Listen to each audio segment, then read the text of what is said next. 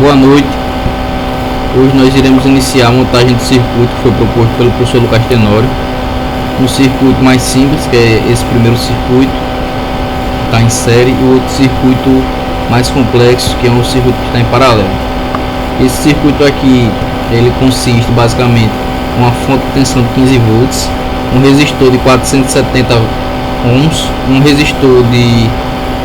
O nosso, no caso que a gente pegou em sala, foi de 5K, então aqui no experimento nós também estamos usando um resistor de 5K, e esse componente aqui, que é ligado no TAP do potenciômetro. A princípio aqui nós iremos mudar o valor do potenciômetro, mudando a angulação, né, do potenciômetro.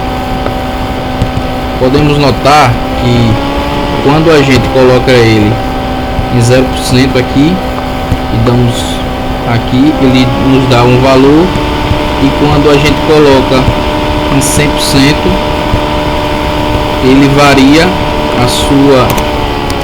tanto a sua tensão como a sua resistência. Nós pegamos 5 valores, né? Nós precisamos variar o potenciômetro em 5 pontos. No caso, a gente utilizou um ponto de 0%, um de 100%, um de 80%, 165 e 200, se eu não me engano foi 220, 230. Só que como aqui o nosso potenciômetro ele só vai de 0 a 100, nós fomos aproximando aproximando os valores até chegar próximo aos valores que obtivemos em sala de aula. A nossa conclusão foi que a corrente não vai variar no circuito, como podemos ver aqui. A corrente que passa pelo resistor de 470 vai ser a mesma que vai passar pelo resistor, pelo potenciômetro. Não vai ter uma queda de corrente, mesmo o potenciômetro variando.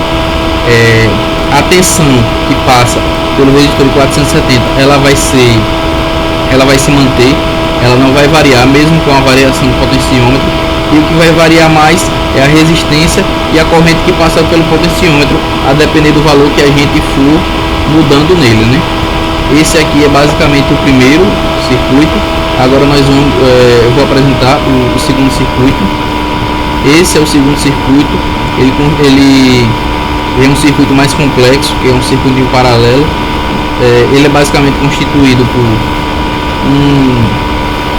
uma fonte de tensão de corrente contínua, 15 volts, 3 resistores, um de 330, outro de 470, um de UK e um potenciômetro aqui, e um terra, né? Temos o aterramento, eu esqueci de falar aqui nós temos 2 aterramentos nesse primeiro.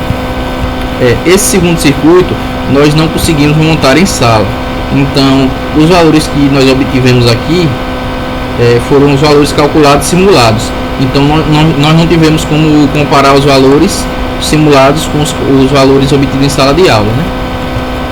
Aqui a proposta do professor já foi mais diferente. A gente teve que colocar a ponte em equilíbrio. Como é que a gente colocava a ponte em equilíbrio? Nós variávamos o potenciômetro até chegar a um valor que esse trecho desse nó aqui ele chegasse a zero, né? Nós chegamos aqui no 58,75 graus, que foi o valor que chegamos em 3,7287 nanovolts, que praticamente é zero. E assim continuamos fazendo os próximos que o professor pediu, que foi colocar em -2, +2, e assim fomos calculando, colocar também o potenciômetro na máxima dele, que é em 100%,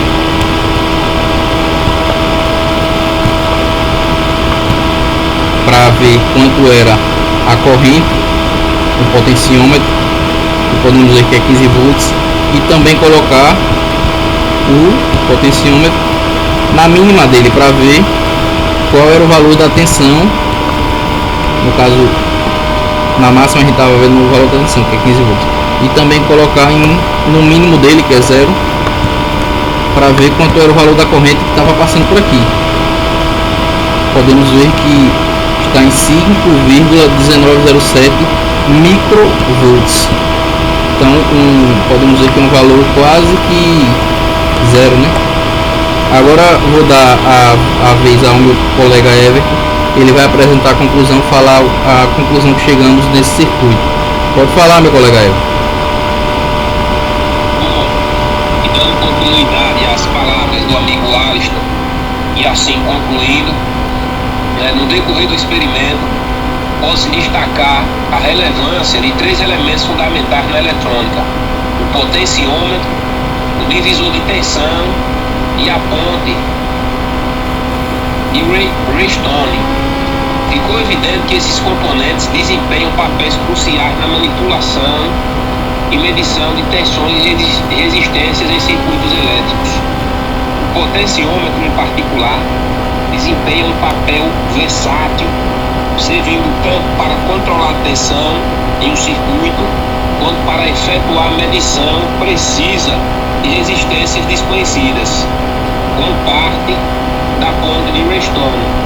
Além disso, durante o experimento, ressaltou-se a importância da comparação meticulosa entre resultados práticos e teóricos. Essa abordagem se mostrou essencial para validar as medições realizadas e os cálculos envolvidos, garantindo a precisão das conclusões obtidas. Assim, a compreensão e a aplicação adequada desses componentes na eletrônica demonstram ser cruciais não apenas para a teoria, mas para a prática, enriquecendo o conhecimento e a competência na área. Pronto, vou parar a gravação.